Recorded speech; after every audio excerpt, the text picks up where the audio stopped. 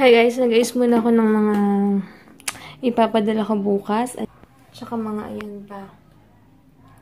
And ito pala yung bago kong lotion na Hyper White Instant Peel Lotion. Bago lang to pero sobrang dami daw sabi ng supplier ko. Marami daw feedback about this lotion. So ayan, magpipil ka. Pero syempre, hindi naman super tapang nito.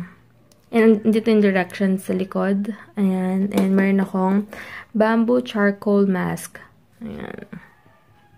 Good morning!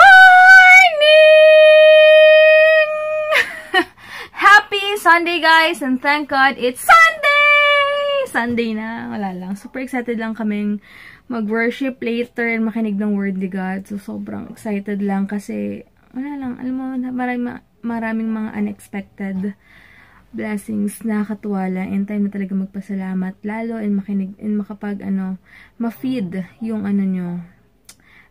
Ma-feed yung spirit nyo, yung inner soul nyo, alam nyo yun. Kaya, sobrang sobrang excited na ako. Yun, inuna ko muna gawin yung mga order kasi super dami. Last week pa yung iba, pagpasensya nyo, super busy lang. And ilang days din walang pasok si Heinz and marami kaming inasikaso. Tapos, balik pa kami ng balik sa BGC, kaya sobrang busy talaga. Pero ngayon, inaayos ko na. And maglalaban na rin ako ng pinang gym namin. Tapos, naubusan ako ng sabong panglaba. Bibili na ako later. Kasi mga underwear namin. And nagpaskad ako ng 2:30 sa Anastasia Salon. Hindi ko alam kung sila tatanggal na. Parang hindi maganda yung pandikit nila ngayon. Kaya kailangan ko ng pre-attach kasi ang pangit na rin. Iba na. Tapos yun, try ko mag-film nung about sa snow whitening something nila. Yung pinadala sa akin. Later, sa try ko kung may oras pa. Sana. Pero kailangan ko kasing gawa na review yun. Na na-receive ko siya, 2 weeks kailangan gawan ko na siya ng review. So, excited lang ako. And wala lang, first time kong gagawin yun na may company nagpadala tapos kailangan i-review ko yung product nila. So far, so good naman kasi naglighten yun dito ko. Kasi na-stop ko muna yung mga ginagamit ko. Yun muna kasi ayoko rin mag-review na hindi ko pa ginagamit, diba? Ayoko naman kayong lokohin na porket pinadalan ako, okay yung feedback or kung ano man. Ayoko naman ng ganun. So, nasabi ko na so far so good kasi nawala, hindi na masyadong visible yung yung mga marks ko dito. And, ayan, naglighten na rin dito. Nag-stop na rin yung mga pimples ko. So, okay naman siya. Kaya lang medyo pricey siya, pero worth it naman kasi, di ba? Nasa OnePlus, kung effective naman, bakit di tayo mag-invest sa skincare and yun. Tapos, mamaya na yung full details about it. So, balitaan ko na lang kayo. And then, yun, magbalik oats na ako, finally, as in, feeling ko tumaba talaga ako. Lumaki yung tiyan ko. Hindi man halata sa mga braso ko kasi maliliit talaga yung build niya. Pero, napapansin ko na ang laki talaga ng tiyan ko. And tamad din kasi ako mag-ab workout. Alam nyo yun. Basta, katamad lang. Pero, more on diet na talaga. Tatry ko more on diet. Kasi minsan, hindi maiwasan. Fast food ang kinakain ko, diba? Kasi nga, madalian talaga lahat. Sobrang busy. Pero, okay lang. Sabi ko nga, pag busy, blessing yan. So, yan. See you guys later na lang. Ito ko ngayon sa LBC. So, yun guys. Ito yung food ko. Madalian na kasi hindi na ako, magpapaayos pa ako ng pilikmat. Hindi na ako makalabas. So, ito na lang mas malapit. Tapsihan. So, ayan. Next na ako sa Anastasia Salon. So, ayan guys. Ito na ako ngayon sa Anastasia Salon. Papaayos ko na yung pilikmat ako. Ayan. Si Ate Mocha. Si Ate Mocha ba to? Hi ka ate. Hello po. Ayan. Masyadong mailaw dito eh. Iwanan ko siya. So, ayan guys. Tapos na yung pilikmat ako. Thank God. Okay na! And wala lang. Sobrang happy lang ako sa good news ni Heinz. Nakakatuwa lang. And wala. Basta, sobrang happy lang. And excited na rin siyang mamaya magsimba. Kasi, alam niyo na, pasalamat lang talaga. Teka, parang mahapdi yung ko. Yung pilikmat ako. Wait lang. Ayaw ayaw. Anyway, gusto ko kumain ng Jollibee chicken tsaka spaghetti. Alam mo yun? Kasi kahapon, yung nag-drive-thru ako kahapon, diba? Sabi ko big part, ang binigay sa akin leg part, kaloka. Kaya parang nabitin ako sa kinahin ko. And ang dami kong mga coupons dito, bigay nila. So, kain ako mamaya sa Jollibee.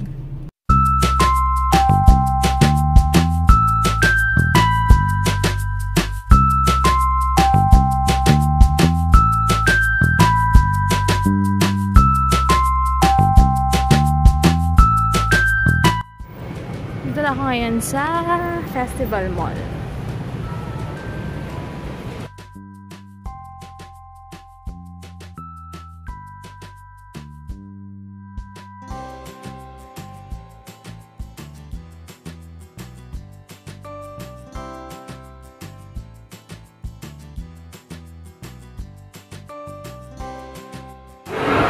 Gusto ko talaga ng Jollibee. Walang makakapigil yung spicy chicken nila. Ay, grabe. Sana wala masyadong tao.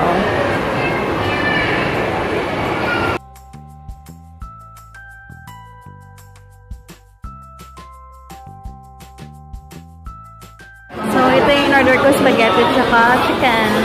Guys, wala pa si Heinz. So, may meeting daw kasi with basta marami siyang meeting ngayon. Marami siyang aayusin. So, baka ako na lang muna magsimba. Habol na lang siya later. To himself. He wants to introduce himself. The Bible is clear in the same chapter that we have read in verse 15. If you love me, you will keep my commandments, and I will ask the Father, and he will give you another helper to be with you forever. Even the Spirit of truth, whom the world cannot receive, because it neither sees him or knows him. You know him, for he dwells with you and will be with you. The Holy Spirit is the most mysterious, most neglected, okay, among the persons in the Trinity.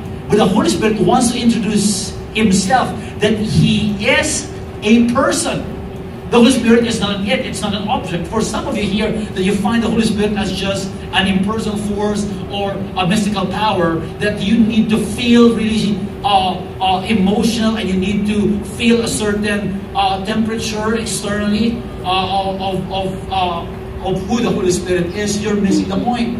Yes, there are manifestations, but some of us here, we're so mystical that we need to feel really, okay, the Holy Spirit in order for us to validate that this is really the Holy Spirit.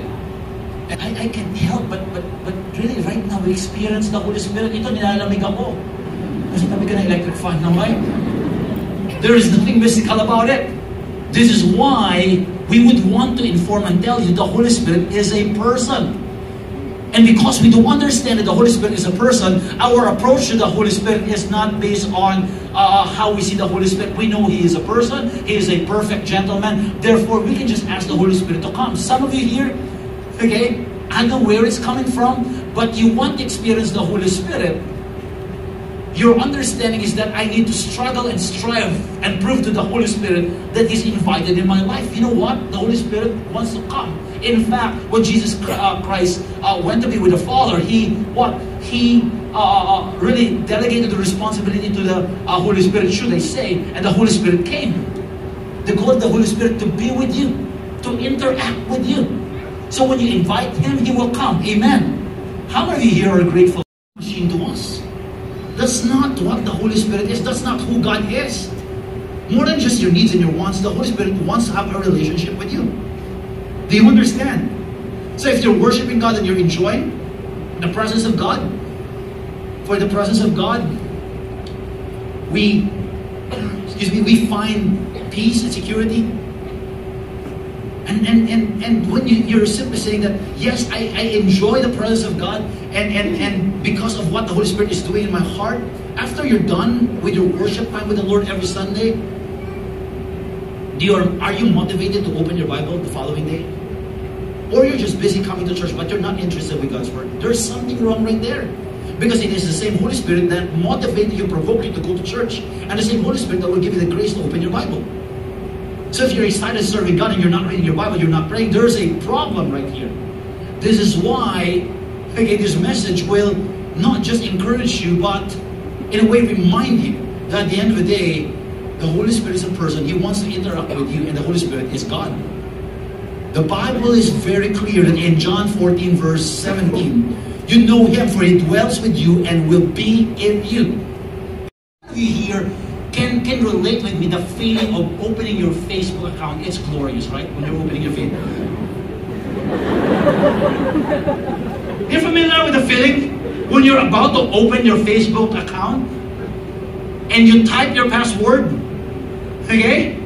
And it's not the right password. You see demonic forces up in the air, right? You're frustrated. Why is this happening, my Lord? I need to pray and fast. I need my password now. Why do you have that energy? Because, again, okay, you want what you can get from that account, what you can enjoy in that account. It's always for the taking in what you want. But that will not give you the security, the satisfaction. Only in Christ do you find satisfaction and joy. And by trying to follow 3 steps to a joyful life and 3 steps to financial freedom, I get all of this. These are great seminars. But apart from the Holy Spirit, all of these are just routines. And I promise you one thing, you'll get tired. This is my 4th service. If you give me another service, Pastor Carla, I'm telling you right now, I will preach. Because I'm doing this not according to my strength or flesh. I will date my daughter after this. I'm excited.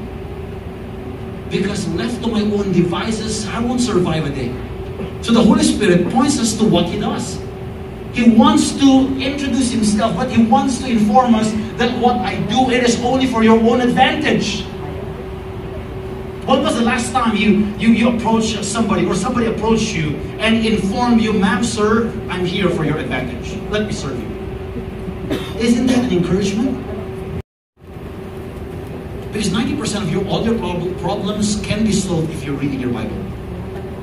You just need somebody to hear from you. But at the end of the day, it is my prayer for all of us that Bible reading is not something that you do for the purpose of just doing it. You're motivated, you're excited. If you can open your Facebook, I hope you can open your Facebook. Do you understand?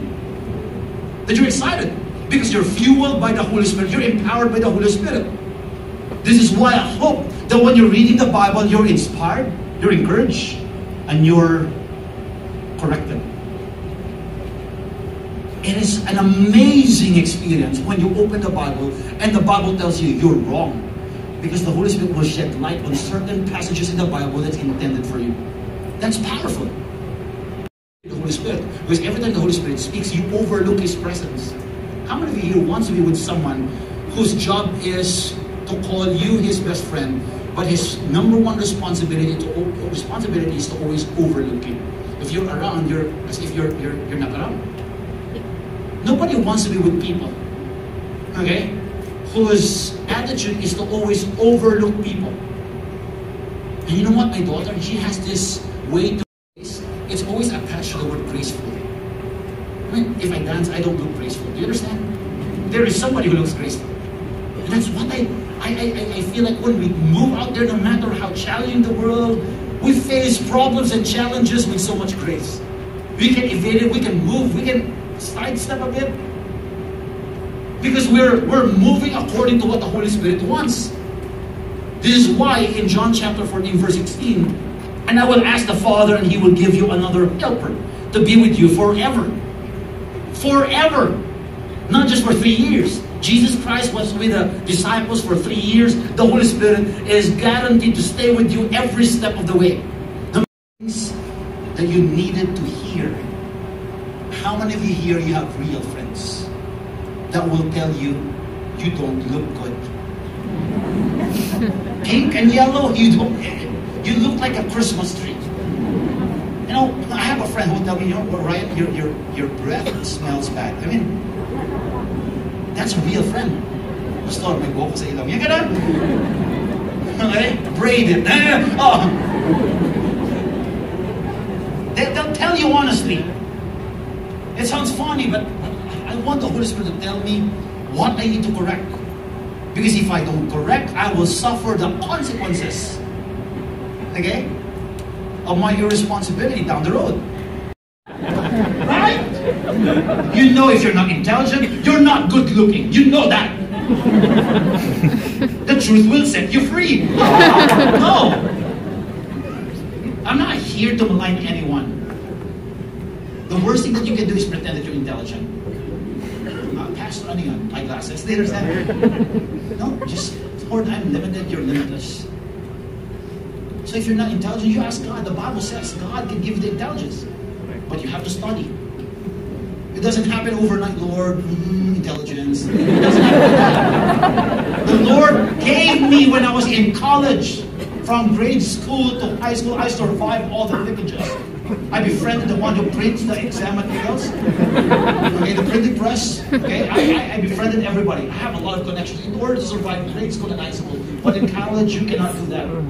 So I asked the Holy Spirit, can you just teach me to study? I'm not in comprehension, Pastor Carlo. You're from UP, right? So you can't relate. It wasn't easy. But right here, with knowledge and all craftsmanship, how many of you you're good with your hands? You love to cook. You love art, right? You love to cook. Some of you love to eat. You're good with your hands. God can bless you with something. Why? Not because you need recognition alone. The reason why you need to be intelligent, because people are attracted to what? To people that are intelligent, so you can share the gospel to them. If you're not intelligent, you're stupid. Nobody, I wanna talk to you, you're stupid. Nobody will do that. Sorry for the word. Nobody will gravitate and talk to you. And because you're filled with the Spirit of God, okay, the goal is not just for you to have the gifts and the talents, but to point people to what? To Jesus. That's the role of the Holy Spirit. When Jesus Christ came out of the water, in Matthew 3, chapter 3, verse 16 to 17. Hi guys! And umabot si Heinz 8 na siya nakarating kasi may mga meetings pa kanina. Yes. May siyang ginawa kanina. Yes, it's official. It's official. Pwede naman sabihin. Yeah. Thank you, Lord. Yes, thank you, Lord. And makapag-credit card na ako. Ayun, and nakatawa and excited ako sa mapupuntang team kay Heinz. And syempre, with God, kaya niya yun i-handle lahat. Kung ilan man silang team na mapupunta na magiging under kay Heinz, super excited ako. And wala, super excited lang ako para sa kanya. Nakakatuwa kasi dati, kapag nagsisimba kami, lagi sinasabi ni Pastor na may promotion, etc. So, kiniklaim namin. And then, ngayon naman, syempre, bukas siya magsa-start official na promote na nga siya. Ang sabi ni Pastor kanina, i-claim mo na hindi ka nag-iisa. And then si God para anuhan ka, tulungan ka sa lahat ng bagay. And pwede mo siyang kausapin anytime, anywhere. So, yeah, let's bring it on. Let's bring the week on. And super excited rin ako makita yung uniform niya, yung bago niyang uniform.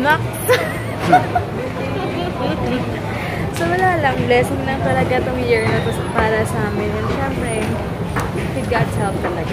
Excited ka na? Yeah. Nalit siya ng uwi kanina, pero buti umabot siya sa church. Kahit pa paano may 8 o'clock na siya nakarating. Pero okay lang. Thank you, Lord. So yun guys, and wala lang. Super excited na rin ako mamili ng mga gamit na sa table niya. Sabi nga. Mamimili kami sa National Bookstore. Sabi nga ni Tika Preaching, sabi niya, for sure, mag-enjoy kayo nila Debbie mamili ng mga gamit for them. Sabi niya, kung mo kalimutan, mga pink ha? Pink yung... Okay, pink. Excited na ako. Mamimili kami sa... May problema, Tia, sabi ko, naman ako, kumpiyansa naman ako sa pink. Wala akong hindi ako confused. Yan, sige. Mag-shopping kami sa National Bookstore sa off niya. Excited na ako. Sabi nga. And isa-set up niya yung sarili niyang table. Super nakakatawa. Kaya nga sabi namin na bonus na lang yung position niya. Pero nilagay siya ni God dyan kasi may purpose and blessing talaga. Nakakatawa. Excited na ako. Ayun, so wala lang. Ayun, excited na ako sa bagong uniform ni Heinz na polo shirt na siya. Hindi na siya naka-t-shirt ngayon. And TL na pala siya, guys. So, official na. Hindi namin kasi pwedeng i-announce pa before kasi syempre kami na. So, ngayon, official talaga na team leader na siya, guys. And may mga teams na siyang i-handle. Tapos, basta marami siyang responsibilities. Pero sabi ko nga sa post ko kahapon na pangarap namin to, ito na yon. So kami mag-a-adjust, syempre maraming meetings, marami ko ano-ano. Sabi ko ready naman ako dyan kasi pangarap namin to parang dati lang talaga, parang hindi namin ina-expect na after a year lang parang kaya sabi namin talaga, hindi mo talaga, ang tawag ito, parang hindi, napaka-limited lang talaga natin si God pa rin talaga. Grabe siya mag-bless biglaan. So, nakakatuwa. Congrats! Thank you so much. Thank you so much. Ang hirap magtago ng secret, alam mo yun. Pero ngayon, okay na okay. Dito kami sa Butamaru. So, yun guys, dito kami ngayon sa Butamaru. Ayan. Thank you. So, ito na yung food namin with gyoza, tantan men. Kain guys! Hey! Hi TL! Kain na. Pagod to ngayon eh. Wala pa siyang kinakain eh. Why? Churang cute-cute! So, yun. Nakakatawa kasi kanina. Usually, order namin dyan since hindi ko siya maubos. Isang order tapos extra noodles. Ngayon parang parang nangyari dalawang order kaya parang buy one take one. Natuwa. Sobrang thank you kuya sa Butamaru, yung chef doon. Thank you so much. Thank you ate. Uy, nangyari sa'yo. Yan. Kasi buti hindi ka na ayun, nakatuwa. Ay, thank you Lord. So excited na ako this week kahit na busy ako kasi nga marami ako asikasin. Pero naayos ko yung mga order, ko na lang. Tinapon mo na naman yung box. Sabi ko, wag mo itapon. Ano box? Yung pinag-grocery natin, di ba? Ayan. Sabi ko sa kanya, huwag mo itatapon kasi gagamitin ko para sa mga soaps. Tinapon pa rin. Kasi tapon talaga siya. But anyway guys, end ko na yung vlog. Bukas na lang. And thank you so much for watching. Bukas na ako makikipagkwentuhan sa inyo. At least, kailangan ko rin kasi ng time din kay Heinz. Kasi sobrang busy kami today. Dahil umaga pa lang, wala na siya. And then pag uwi, konti na yung time. So, mamaya may time kami magkwentuhan. Or kung ano man, time namin, sarili muna namin. So, bukas na. And good night. Thank you so much for watching. God bless. Ayun pala guys. Akin na. Kina. Bumili na pala, binilan ko na siya ng Karmaton. Sana effective sa kanya. To restore physical efficiency and to combat fatigue. Uy, bagay na bagay ito. Sana sa mga magtatanong, magkano to gel? Yung 30 pieces niya is 810, 27 pesos isa. Babalitaan ko kayo kung okay kay Heinz. And multivitamins, minerals, Denol. Denol ba tawag to? Ginseng. Ginseng extract. Tama ba yung pag-pronounce ko? Korean ginseng. Ayun. Pero konti lang yung vitamin C. Kailangan mo pa rin mag-take ng vitamin C na yung binigay sa atin ni Tita Connie. Kasi 60 milligrams lang yung vitamin C niya dito. So, yan. Kala ko yung end ko na yung vlog ko. Pero, yun lang. Pahabol. Thank you so much sa mga bago nag-subscribe pala. And sa mga nag-congratulate kay Heinz. Thank you so much. So, yun. Grabe lang. Kasi, hindi rin ganun kadali yung pinagdaanan niya sa interview. Kasi nakadalawang interview siya. Yung first and final. Grabe. Alam niyo yun. Kaya, thank God sa wisdom and sa strength. Sa lahat-lahat. Kaya, talagang nakakatuwa. Sobrang happy. Pasensya na yung background ko lagi itong walis. Yung walis talaga. Hindi namin kasi nilalagay sa labas. Kasi minsan, ginagamit ng kapitbahay. Hindi nagpapaalam. Or minsan, napupupuan ng mga kuting-kuting, muning-muning. So, ayun. So, yun lang guys. Thank you so much for watching. Good night. Ligan dyan, paalam ka na. May pa nagpapaalam pala. Good night everyone, and thank you all for the love, and thank God for everything, for blessing us. As I said, more than we had ever imagined, and you guys are great. Thank you so much for your support.